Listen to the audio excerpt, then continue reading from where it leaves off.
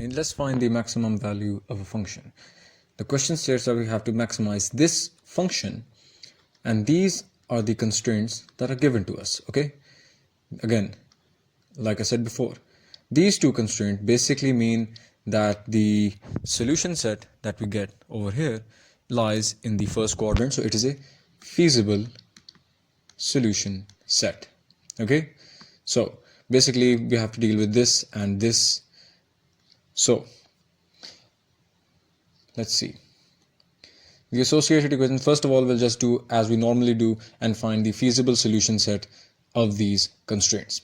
These are the two associated equations. Again, replace these inequality signs with equal to signs to get associated equation. Simple.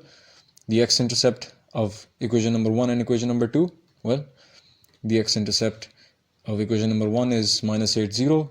The x-intercept of equation number 2 is 4, 0. Again, standard procedure. Plug in y is equal to 0 in both equations to get the x-intercept. Simple, really. And I don't really need to explain it again and again what it really is.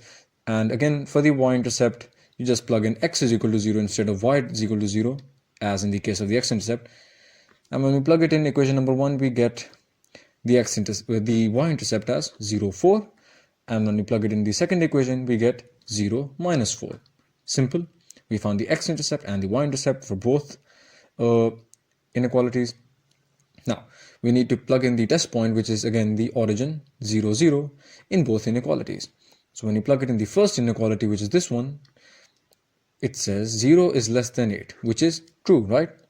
So the graph of this inequality will be towards the origin side. For the second one, when you do the test point analysis, you find out that it is again 0 is less than 4 is again true.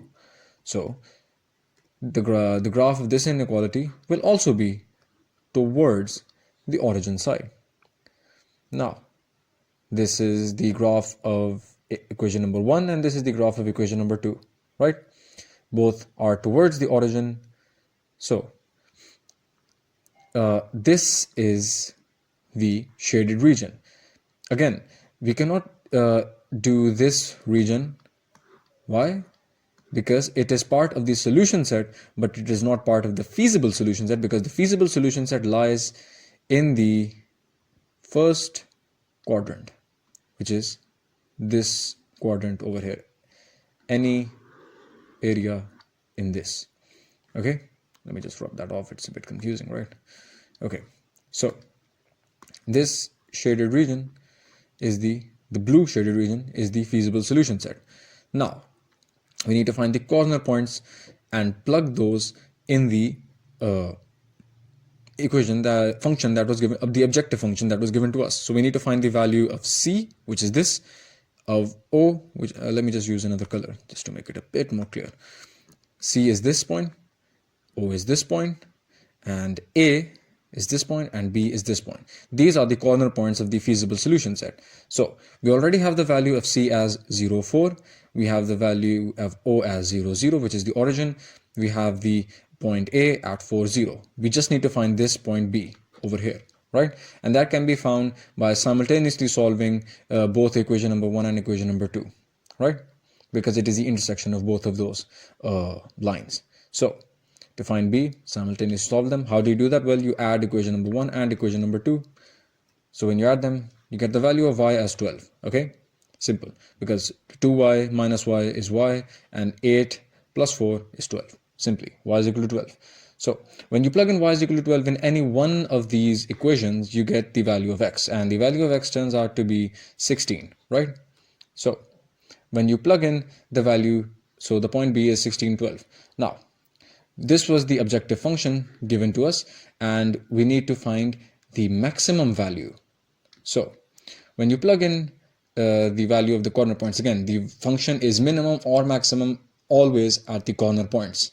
So we do it one by one. First, we have o, which is 0, 0. When you plug it in the equation, you get when you plug it 0 in this equation, this objective function, you get 2 into 0 plus 5 into 0, which is simply just 0. So you have one value, which is 0. When you plug in the value of a, which is 4, 0, in the function, you get 2 into 4 because 2x, and 5 into 0 because 5y. and you get the value as 8. You have this as the second value. Now you can eliminate this one over here because 0 is less than 8 and we need to find the maximum value, so the highest value that we get. We have 8, so now we have 8 as the maximum value, but we need to plug in the values of c and b as well. So when you plug in the value of b in the equation, in the function, you get 92. So now what you can do is you can basically cancel out this because 8 is less than 92. So now we have a new maximum value which is 92. Now let's plug in c, which is 0, 4. That gives you 2 into 0, 0, and 5 into 4, 20. So 0 plus 20 is 20. Now 20 is less than 92, so you can cancel this out as well. So 92 is your new, is the maximum value of the objective function that you can get from the constraints that were given to us, right? So 92, which is at the corner point B, 16, 12.